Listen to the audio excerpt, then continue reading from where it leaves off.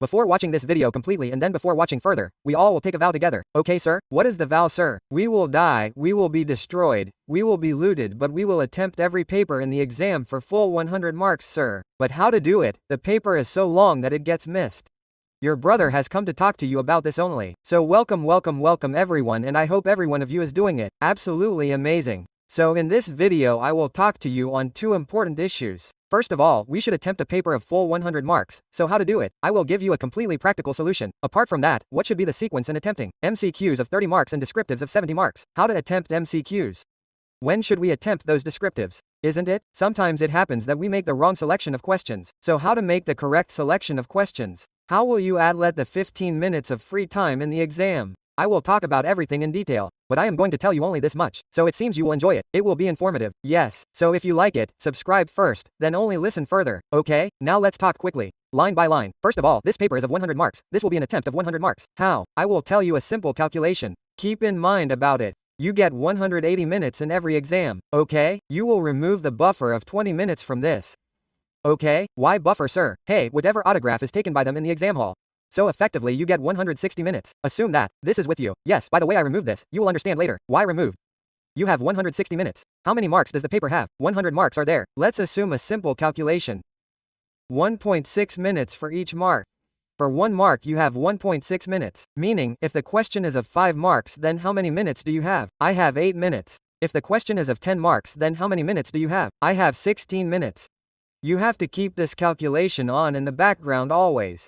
I am going to tell you one thing. It is very important to attempt the entire paper, brother. You come back leaving 20 marks in every exam, then come back and say you got this much out of 80. You got that much out of 80.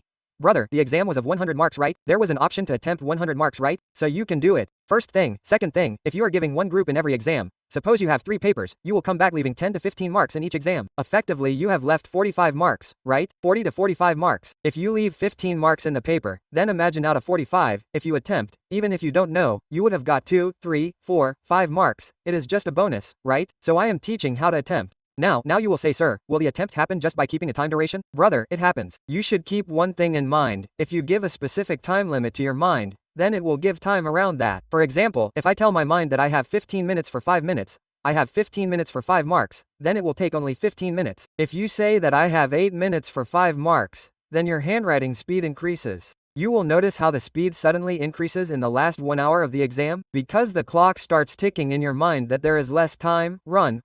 So if you keep a time limit from the beginning, you will complete it on time. Okay, this is the first thing to keep in mind, a simple calculation. Apart from that, sometimes it is possible that you attempt a question of 10 marks. Okay, now 16 minutes have passed. The question is not completed. Now what to do in that case, sir? First see how much of the question is left. If 80 to 90% of your question has been completed, a little bit is still left.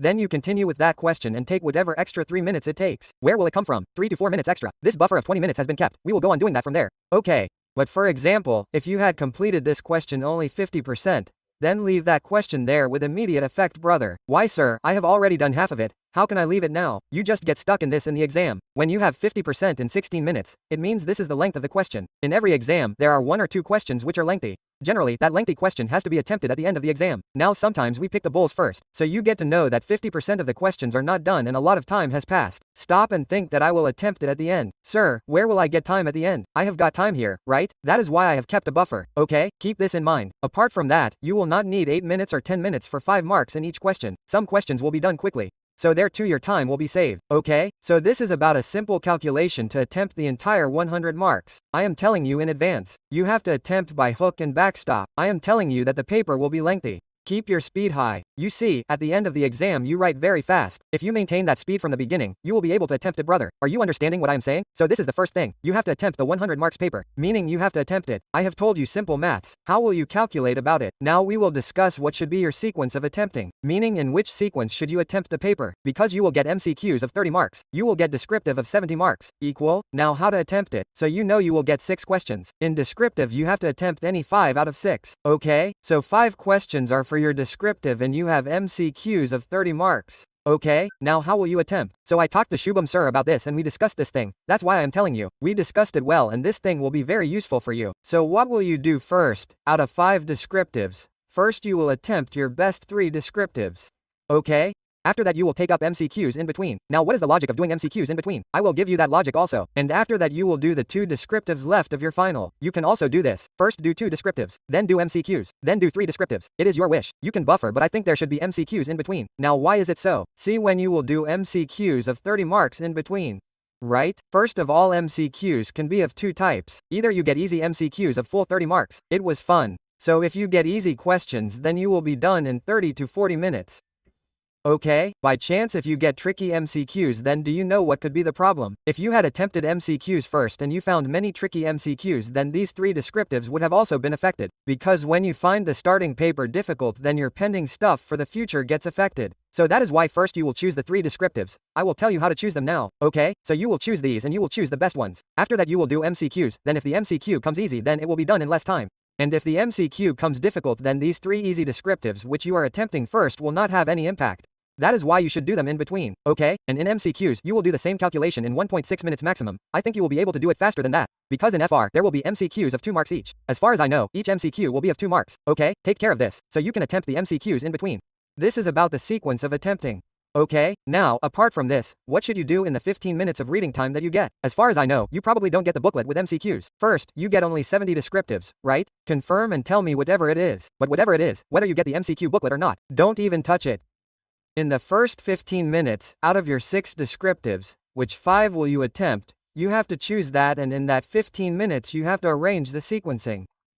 Your best question will always be your first attempt, right? First question, which is the first best, then the second best, attempt that second time, third best, attempt that third time, then do MCQ, then do the remaining 2 descriptive. So basically, in 15 minutes you just have to decide which question I will put in the option, and what will be the sequencing of these 5 attempts, right? Keep in mind that when you are discussing sequencing, I will give you a pro tip for FR. Never keep the first question as CFS. If you see any big question of CFS business combination, right, do not do that first. If you feel that a printed question of CFF business combination has come, then also do the second, but do not do it first. The reason for this is that CFR is your first paper, right? You get a little nervous in the first paper anyway, isn't it? So what will happen? When you are sitting with a big question in the first paper, your speed naturally slows down. So you will notice that even if you haven't even counted, it takes an hour, then you get panicky. So what to do here? That is a question of 4 to 5 marks, right? If your best question comes out where there are multiple questions in one, the one of 4 marks, 5 marks, 6 marks, do that first, okay? Then if CFS seems very easy, then do the second one, whichever you feel like. This was my personal recommendation for FR. You can follow the same thing in the rest of the paper as well, that you first did the descriptive, then MCQ, then the rest of the descriptive. You have to utilize 15 minutes in this way. Okay, so I told you 3 things in the video. How to attempt 100 marks, what sequencing will you keep, and how will you use those 15 minutes. Okay, you have done this properly, don't you know? Small techniques have a lot of value in the exam. Because the challenges you will face in 3 hours, these small techniques will help you a lot. Okay, so keep this in mind. Apart from that, you will definitely perform well. You have worked so hard, the paper will go well. No need to worry. Okay guys, so best of luck. Till then, I hope this was helpful. If you found it helpful, then definitely comment before leaving. Do like it. And if you think it can be helpful for someone else as well, then share it and don't leave without subscribing. Thank you everyone. Thank you so much. Bye everyone. Take care. See you all. Bye bye.